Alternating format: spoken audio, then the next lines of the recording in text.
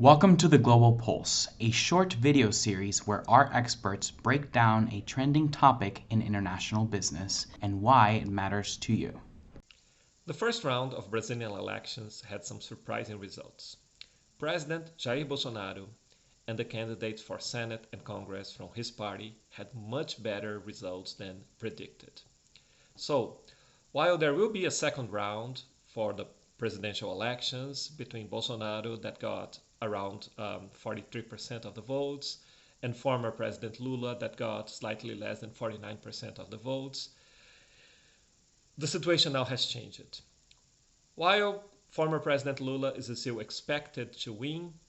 now with the majority of candidates from Bolsonaro's party being elected for Congress and Senate, things will be harder for Lula.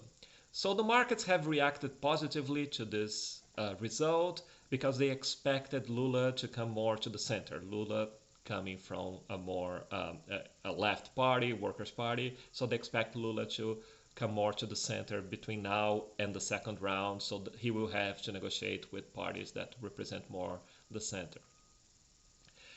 This is something that could be positive, but also for businesses, investors, there is another element to take into account that the markets maybe are not reacting to that yet, but if Lula wins, and given the percentages of the first round Lula is predicted to win, it's going to be much harder to implement any action because he will have to negotiate with Congress, he will have to negotiate with Senate, but those are the majority of Senate and Congress is coming from very conservative parties that have very different priorities than President Lula. So one thing that may happen and that may influence companies' willingness to invest in Brazil is that the situation will be still very uncertain and the policies will get much longer to be implemented. So that's something that companies and investors should observe and see how the next few weeks until the second round of the election,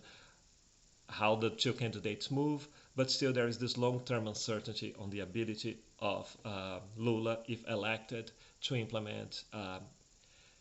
the policies that he wants to implement.